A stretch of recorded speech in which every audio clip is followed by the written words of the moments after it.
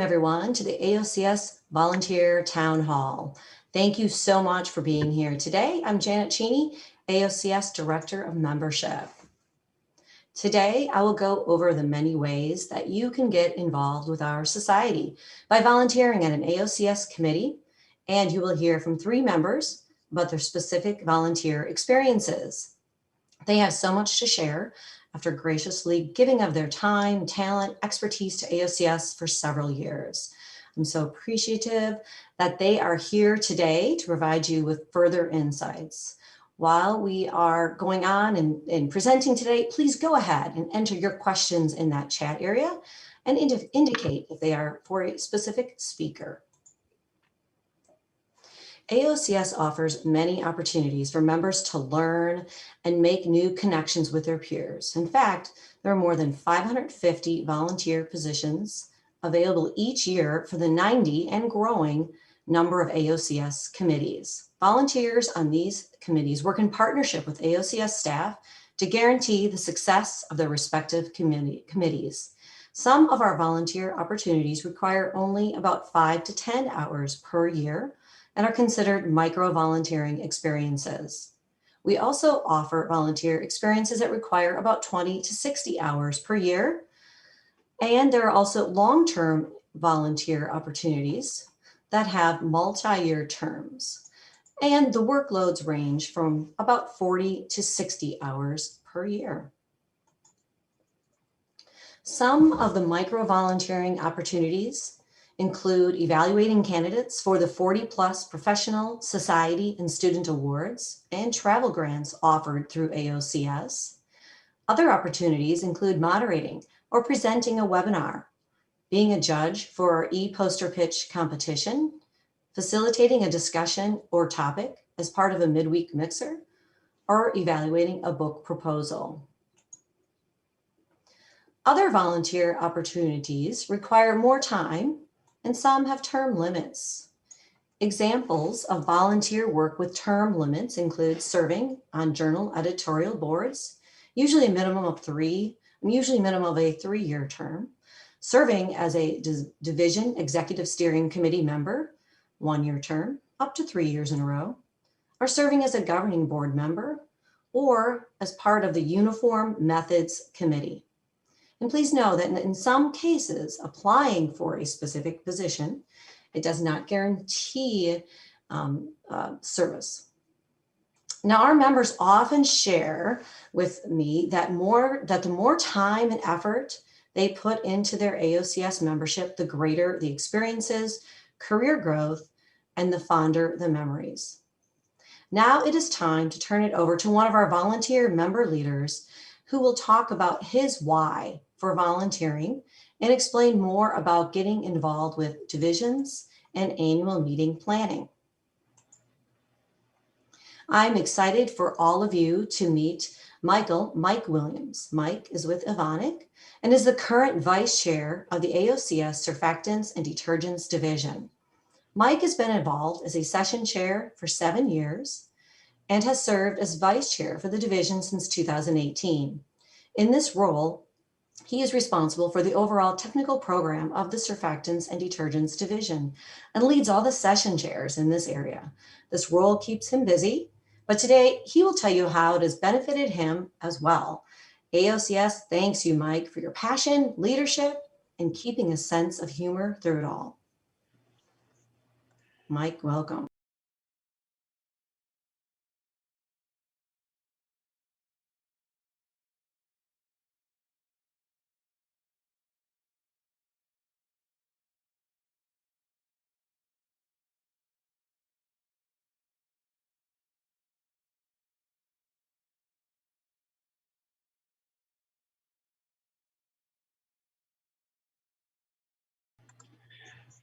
Hi there, I am Mike Williams, as Janet said.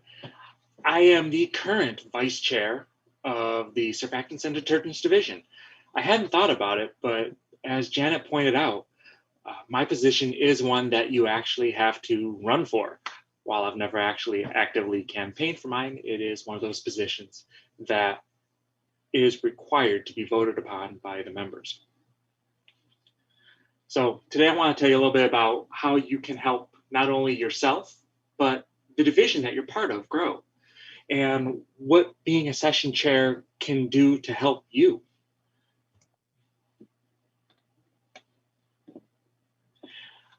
First question you might think about is, why would I even want to be a session chair? The first thing that comes up is, well, you can help the division itself. The AOCS really exists to help us, the technologists, the formulators, the marketers, the chemists. It helps us do our jobs better. We are really the technical arm of the surfactants and detergents industry. So, and that's what the S&D division is for us. How can you actually help the division, and how can you help it grow? Well, when you're a session chair, you actually mold the session topics. As the vice chair, I develop the general ideas, and these are the things we want to talk about, and these are the areas we want to cover. We then go out and recruit our session chairs and say, okay, here's your topic. And then that's kind of it. It's up to the session chair to go, how do I want to shape this? How do I want it to be? And the session chair gets a whole lot of input then on the people that they invite.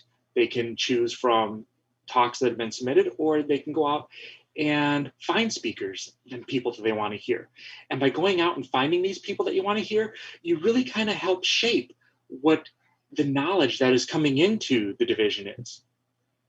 So that's how you can help the division itself. What can it do for you? Well, it helps you grow your career. When you're a session chair, it really forces you to expand your knowledge base. Now, when we're choosing these session chairs and assigning who they're going to go to, or what session they're going to be part of, we really try and make it be something that is in your wheelhouse. If it's not in your wheelhouse directly, then it's in an adjacent area. And so it's not a matter of, we're going to take, say, an analytical chemist and ask them to go chair a session on plant process development. Not going to happen. We really try and make sure that it is something that is interesting to you. And so when you sign up, indicate if there's a special area that you want to talk about. Now, as you're building these sessions, you really kind of need to learn what's going on with not only the people, but the whole idea. And so you're learning constantly as part of this. And part of that constant learning helps in your career. So now, something about the session chairs that I find, well, interesting. When I was a session chair, it was a very different experience for me. I know the first year I was up there, I was a little bit nervous, because when you're sitting in a session, you sit there and you're listening and you go, okay, this is cool. And you go write your notes, and your mind drifts for a second. And then you come back, okay, what I missed, and you keep going. However, when you're sitting up there and you're a session chair, or you're sitting in front of the computer, you need to learn, you need to pay attention. You need to be taking notes. I remember a couple years ago, Brian Grady and myself put together a hot topic session on general surfactant knowledge. And it's an area that both Brian and I knew well, but we brought in a lot of outside speakers. And he quizzed me afterwards on why I was taking so many notes.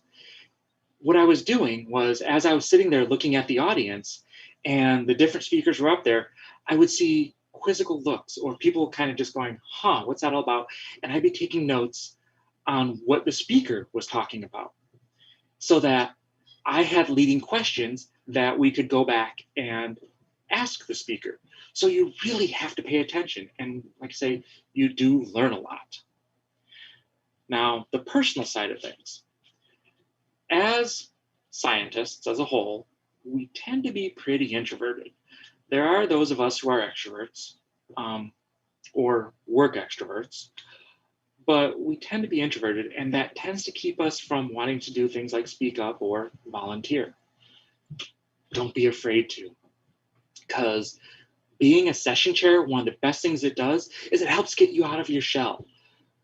It helps you talk with people. It gets you known. It helps build your self-confidence. If you're introverted, you may not want to put yourself out there in your work life, but by being the session chair, it helps open that door a little bit, and it's just a little step to help you get on that journey to being a little bit more of a work extrovert. I'm not saying you need to be an extrovert to do the job. It's just one of those things that will help advance your career. So because an introvert at work is less likely to advance than a extrovert, or at least someone who gets out and speaks up and speaks their mind a little bit in a good way. So what do we look for? What qualities are good? The ability to speak clearly is something that is nice, but once again, it's not a have to have. You have to be willing to get up and speak in front of people. It's that willingness that we really need.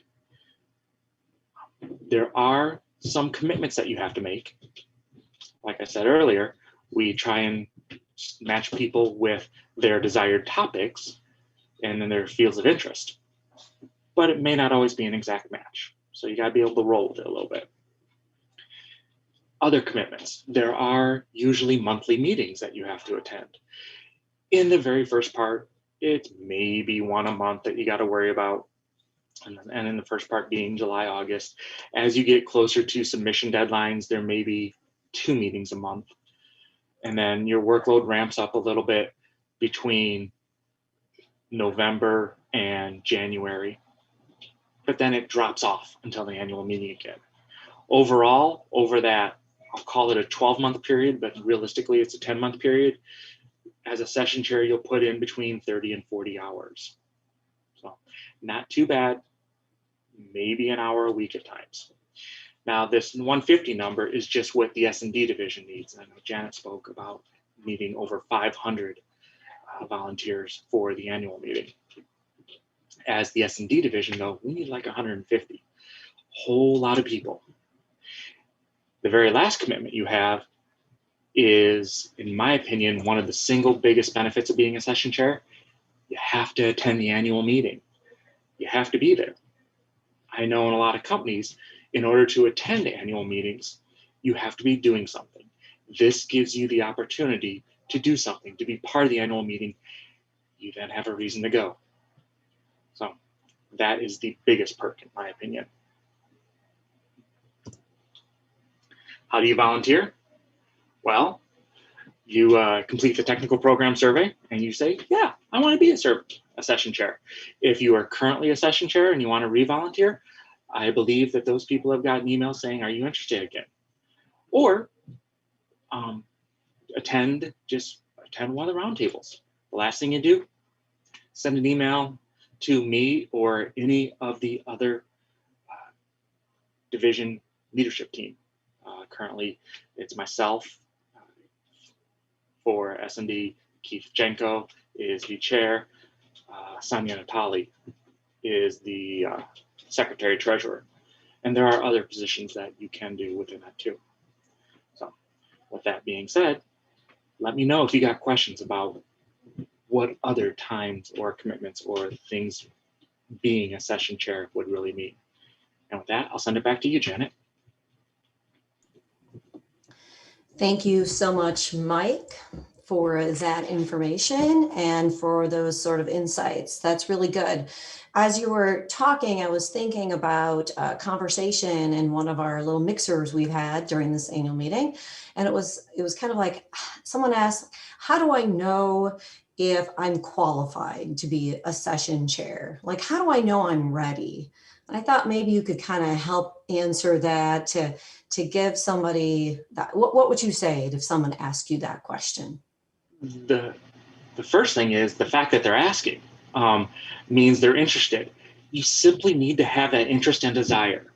It is not hard to be a session chair.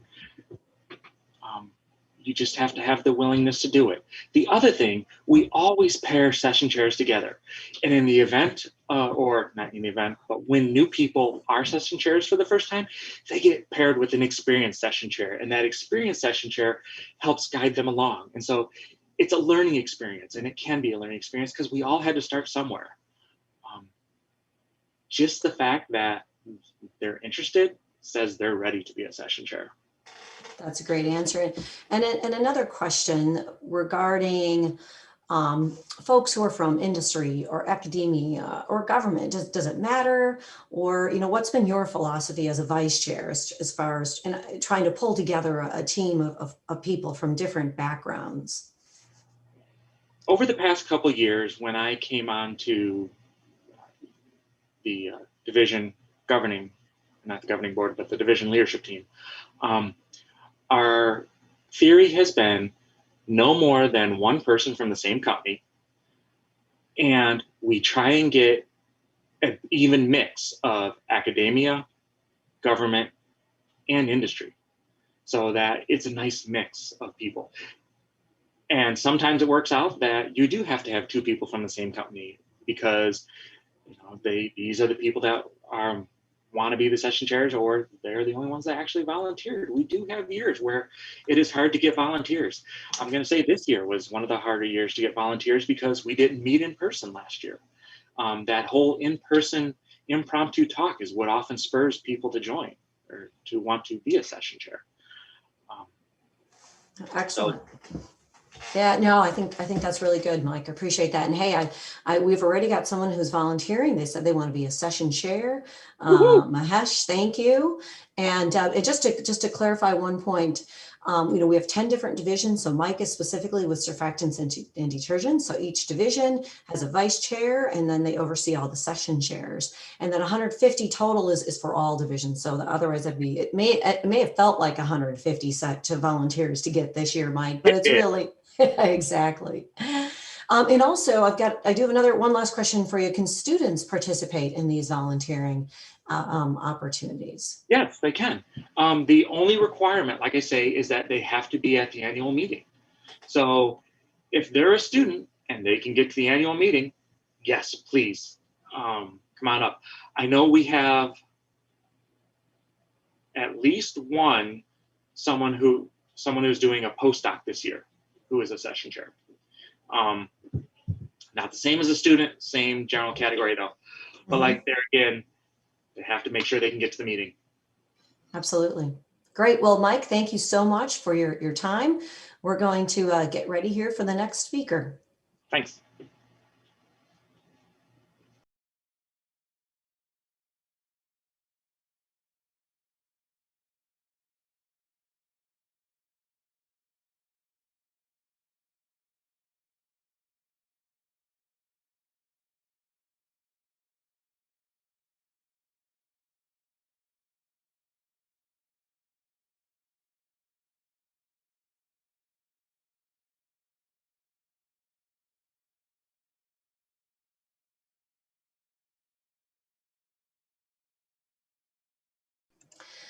Thank you, everyone, for staying with us here. I'm so excited to introduce our next speaker. I have the pleasure of introducing Maria Lydia Herrera. Lydia is the director of the Institute of Polymer Technology and Nanotechnology belonging to the University of Buenos Aires, Argentina. Lydia has served in numerous roles for AOCS. Yet what may be her most influential role has been that of a mentor to many of our current members, especially those from Latin America. Today, she will provide her perspectives on why volunteering has been such a positive experience for her.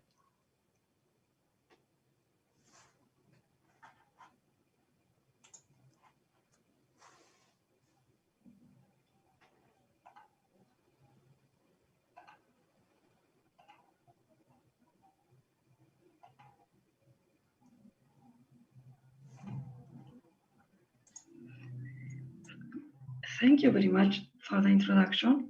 Good afternoon, everyone. I first heard about the AOCS when I was a postdoc in Japan. My supervisor, Dr. Sato, told me about the AOCS and how it could help advance my career, and that I should attend AOCS meeting. And in 1993, I attended my first AOCS meeting in California. and it was a great experience. I have many opportunities of networking, and also I was amazed by the high scientific level of the talks.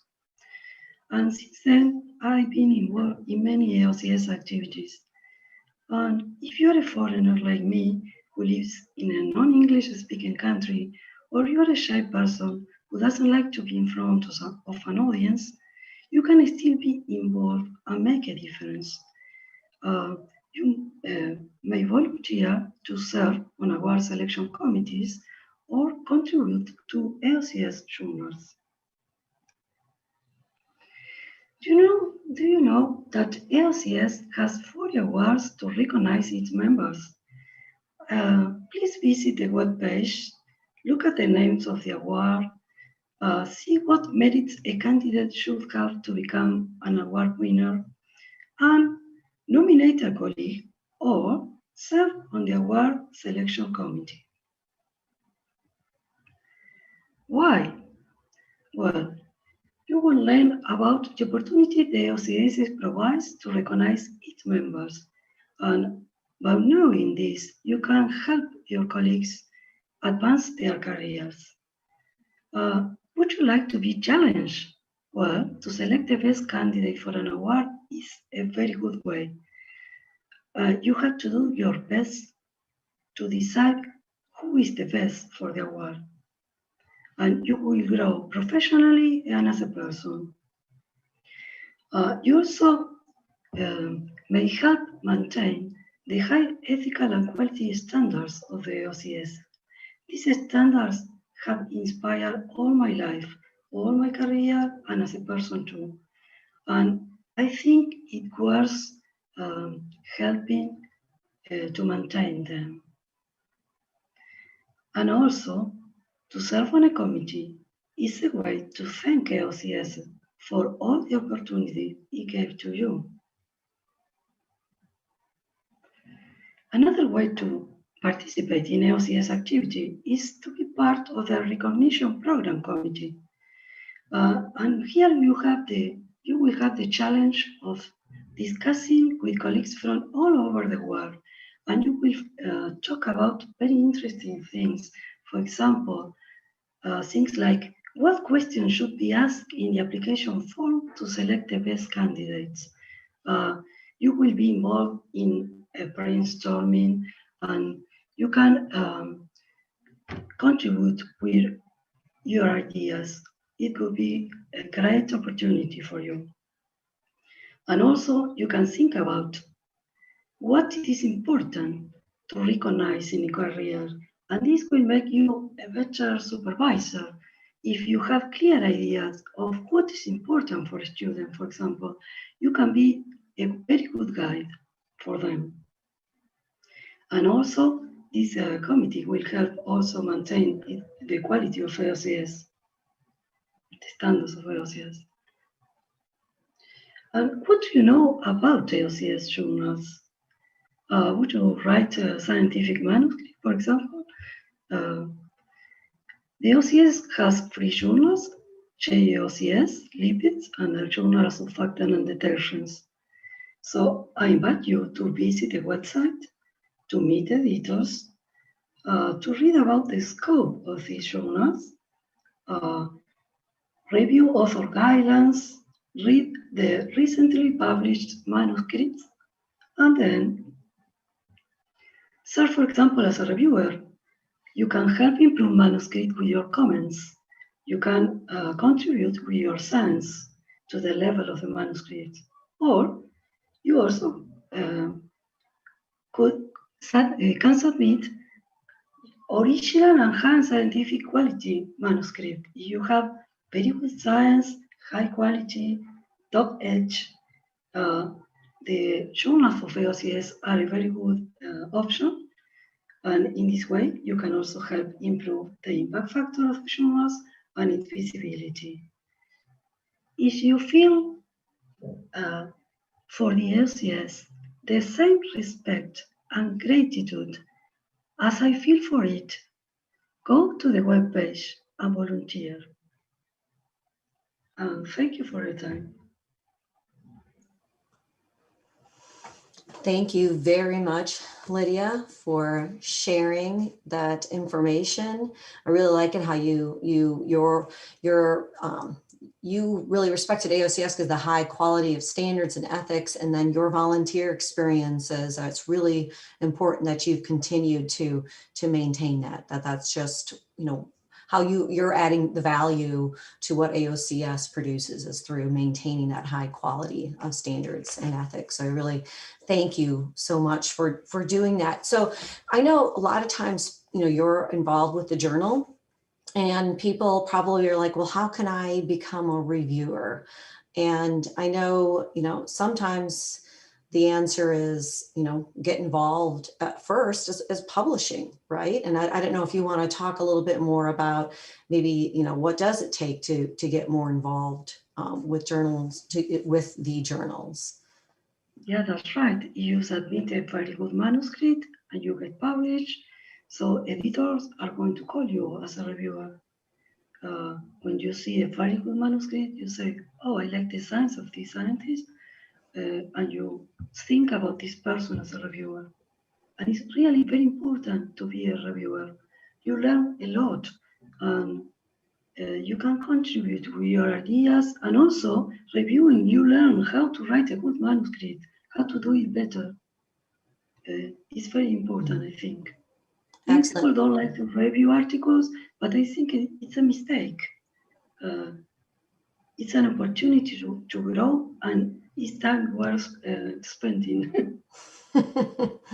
That's good. And so your work involved in reviewing applications for awards it's similar. It's different, but you know, again, you know, you're doing it all online, but you're imparting your same sort of high quality standards when it comes to reviewing applications for awards.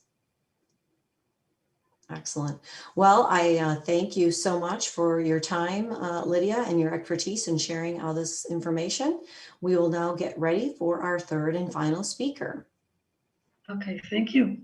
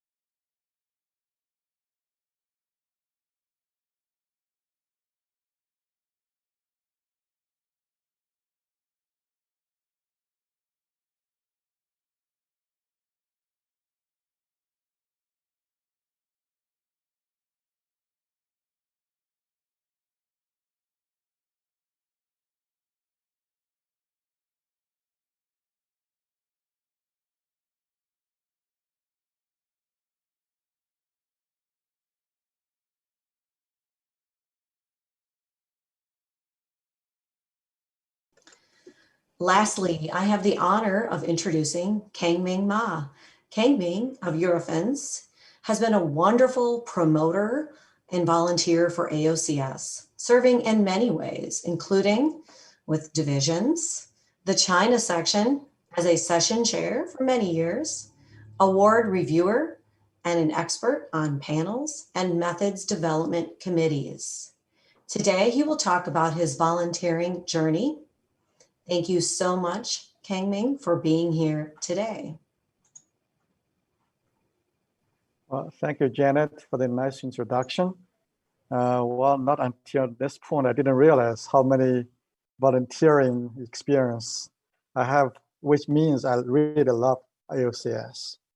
What I'm going to talk to you here, I'm going to start with the rapid physical non-destructive subcommittee, once more volunteers. Then I'm going to finish my talk with some personal experience and suggestions how to volunteer within AOCS. So what is the committee? The committee I present is the Rapid Physical and Non-Destructive Methods Subcommittee, which is one of the committees under the Uniform Methods. As you know, the AOCS methods all started from this committee and being evaluated and voted to be official methods. In particular, what this subcommittee covers examples of the technology and the methods includes methods based on chemometric analysis, spectroscopy methods, FTIR, NIR, NMR, etc. So by the nature, which is fast, physical properties, non-destructive, or physical material, non-destructive. So who can volunteer? As you know, from the previous two presenters covered the session chair and also the editors.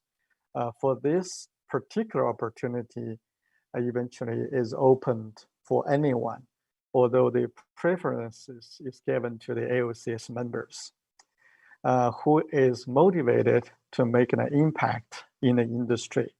Again, this is more like the methods related. And even you are not specialized in the method development, you can still volunteer because you might be a user of the methods.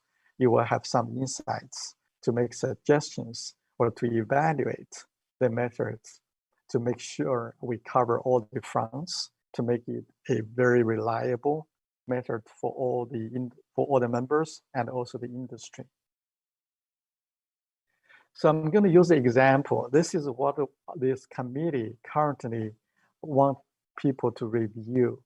This method is AM1A-09. Oh, I'm sorry, Kang Ming, did you want to share your slide? I think you're referring to a slide right now. It'd be great if you could do that. So sorry to interrupt. Sorry about that.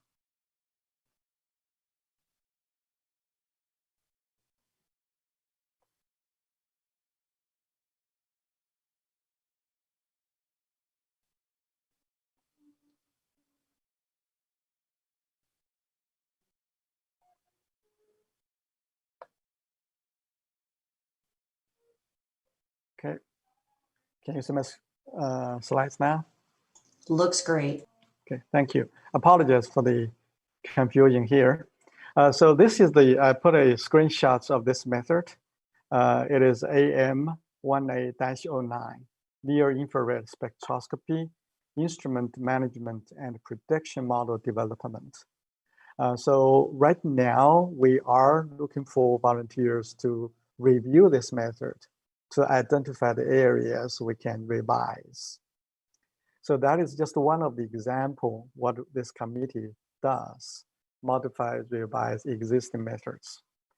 This committee is also accept the application from companies, from individuals who want to have this committee to review a new method, which can be included at this committee as the official method.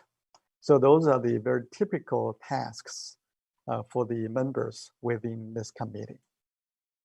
So if you feel you are interested and you feel this is the area of your expertise, then we want you to be involved in this process. So this is where in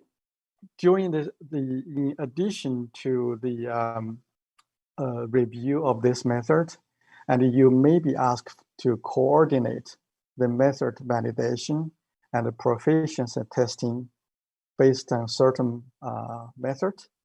So this is also part of the functionalities of the subcommittee. Then you can also offer your innovation ideas and to say, out of the box thinking to make contribution to the method review and improvement. So the first step is always hard, but it's also easy to express your interest, to get into the process. There are two ways you can volunteer for the method committee. You can complete the AOCS volunteer form at this website. And you can also contact Scott Bloomer. He is the director of the technical services at the email address here. So either way, you will be contacted by the AOCS, by the committee, and then that's always the first step. It's not difficult. So encourage you to take the step to get involved right away. So I just have some thoughts, how I have been involved in the AOCS and also IFT. I always want to make a comparison here. IFT is huge organization, but I like the AOCS for the volunteering experience. AOCS is more focused. It's also creative. I still remember in the earlier times when I was a student, I eventually approached some committee members to ask, hey, I'm a student, how can I volunteer? Eventually the analytical division at that time said, well, we can't have you work with our session chairs as a student session chair. So just because you want to get involved, we're going to create something for students. That is how creative and how open the AOCS organization is. Never too early to volunteer. That's what I'm saying. You don't need to wait until you're experienced. You can always start as a student. You can always start after school. It's a process. It's a learning process. Getting involved. You are not only to make friends, to understand how the industry is going, and that is a strong cornerstone to build your career. The other suggestion I would like to share is every time when you attend the AOCS conference, it's too short. You almost feel, at the first day you arrive, then you understand how all the pieces together, but tomorrow the conference is already completed. So how you balance the time you spend to listen to the seminars and also the time you spend to network. So there's always, in my opinion, they're equally important. So you need to prepare ahead of time to make some tasks to set up goals for each conference. Those goals could be, hey, I want to know what other openings for the volunteers. Then, who is organizing that? You can eventually make connections. I always suggest you step up and you ask around, hey, who is, for example, Mike, who is chairing the surfactants detergent session. And then you can eventually go approach Mike to talk to Mike, hey, I want to get your suggestions. Just tell me step by step how I can get involved. So looking back, how I got involved, I eventually asked the Andy Proctor at the University of Arkansas. He was heavily involved in different committees. Then I asked, hey, I said, well, Dr. Proctor, how can I get involved? He said, hey, come with me. I'm going to bring you to round table discussion. I'm going to bring you into this uniform methods meeting. You just sit there, you listen, and then you say which session you want to volunteer, and then you can start. You just raise your hand. Because as I said earlier, AOCS is very open. Even sometimes they have more volunteers to volunteer for one session. It's okay. They still want you to be getting involved. They will come up with some ways to including you. So you will feel at home at AOCS. That's all I want to share. Thank you very much. Go back to you, Janet. Thank you, Kang Ming. That was really good. And you have recruited somebody for your method development, a committee already. Excellent. Good work. And I really like your proactive approach. You're interested, and so you make that connection. And I think that's always important. Because even if, I was going to kind of ask you a tough question, like, have you ever tried to get on a committee, but then you didn't get on it, maybe didn't get on it right away? Like, what did you do? Or how did that happen? And what did you learn from that? Yeah, I think when I started to get into the analytical steering committee, I eventually, I think, waited for 2 years. But again, that's always the, people need to know you better. Then you need to know how the system operates. And that is also, you need some like people know you, they can trust you, they know your expertise, they know how you can make all the, networking. And also there's like a timing, right? So when people rotates, then you are on the list, you start to volunteer as a treasury, then you can volunteer as the vice chair, then the chair. So as I understand, you can always go back again, start another circle if you want to, and you can also move to the division council. So there's a lot of opportunities. Yes, sometimes it will take time, but don't give up.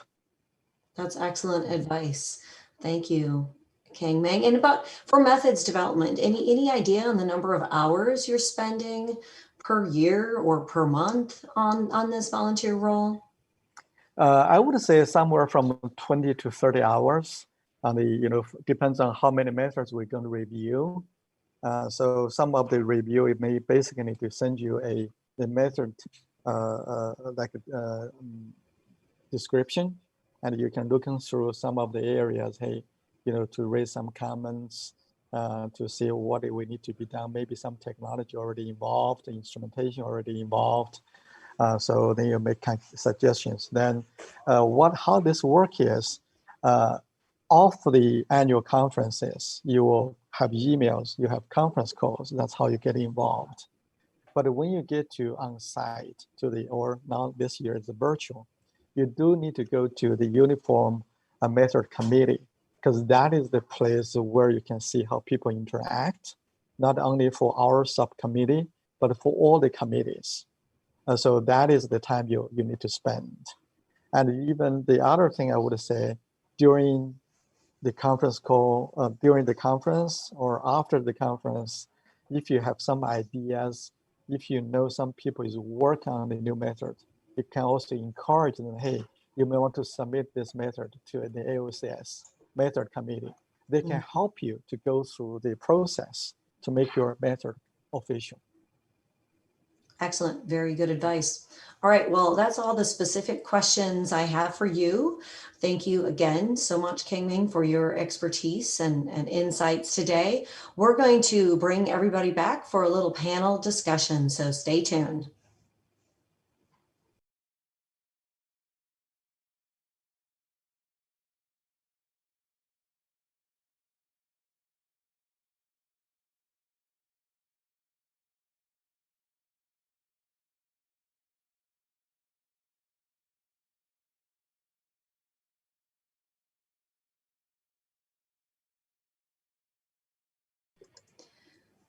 Well, once again, thank you, Lydia, Kang Meng, Mike, for your time today.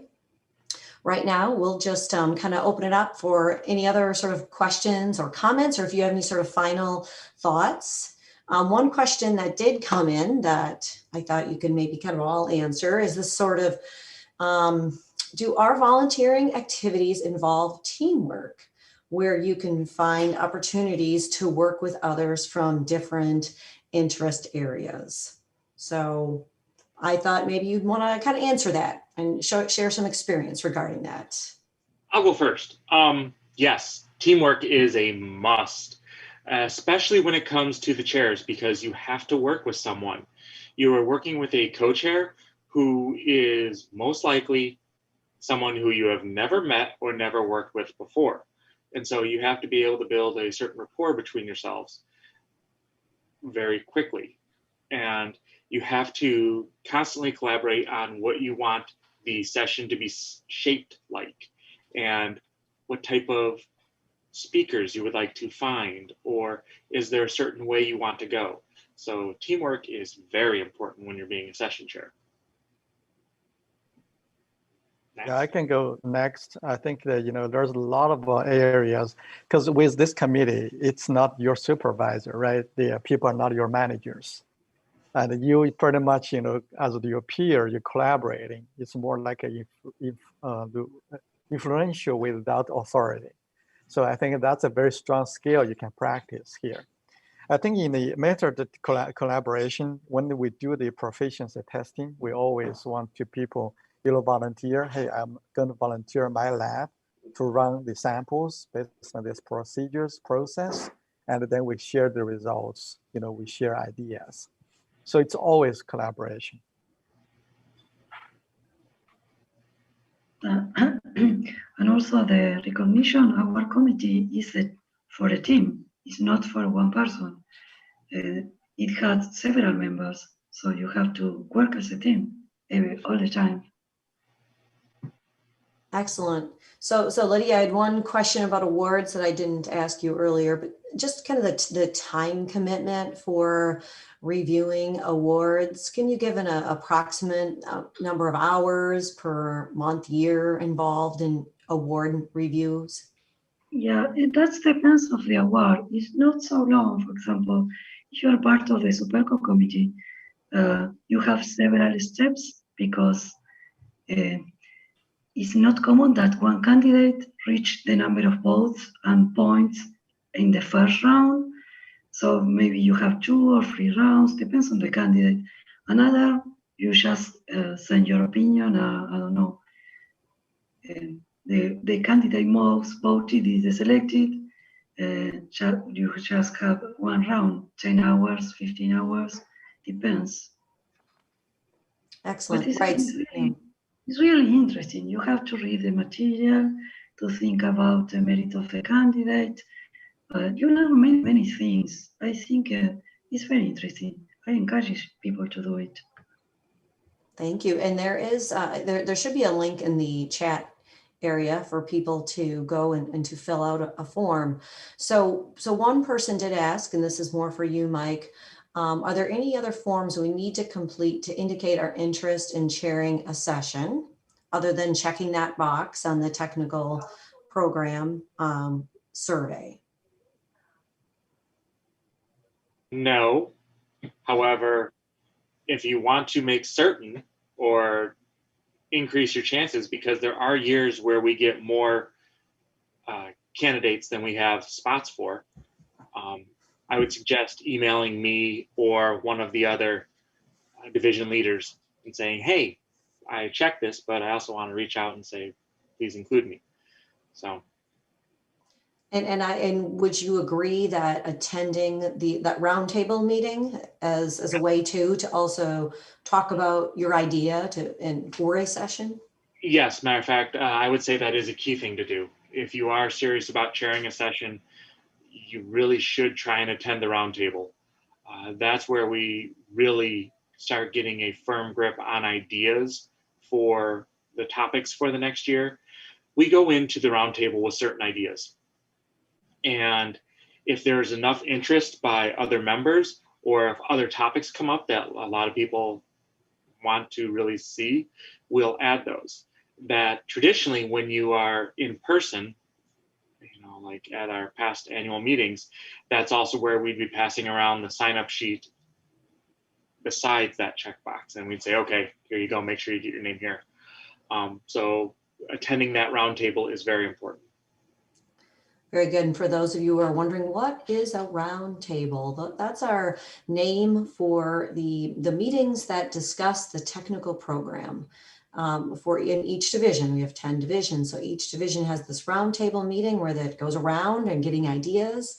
And that's when some decisions are made really regarding the technical program. We do those at this time of the year to plan for next year. And as far as the timing to find session chairs, we start recruiting now, and we need to finalize that by July. So that's and the roundtables are in early June.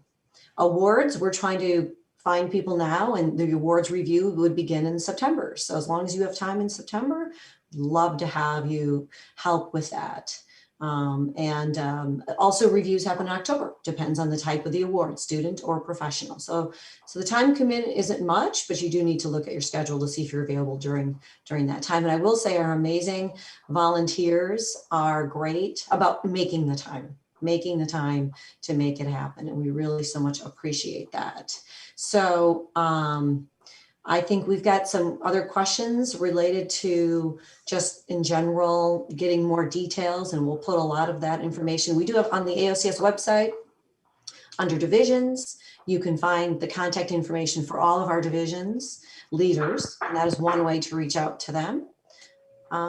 And lastly, I'll say too, regarding the committee meetings that you mentioned, Kangming, there are on the website, AOCS website, there's a listing of upcoming methods committees. So look at those for time and date and make plans to attend. All right, I don't have any other further questions. Do you have any other comments? Get out there, go volunteer, find something you want to do, guys. It could be as a reviewer, it could be as a session chair. Just go help. I've always been a big proponent of, if you enjoy something and you like it and you want to see it succeed, then you have to volunteer to help it do that. So why don't you guys get out and do that? I would say the same. I would say, you know, if you come to the AOCS meeting, or if you want to reach out to us by emails, we're for sure to put you in contact with someone or with certain division. So we are glad to do that, because that's our path moving forward to this point. So we'll be very glad to help you as well. Wonderful. Well, thank you all for joining us here today at the AOCS Volunteer Town Hall. Take care and enjoy the rest of the meeting. Thank you.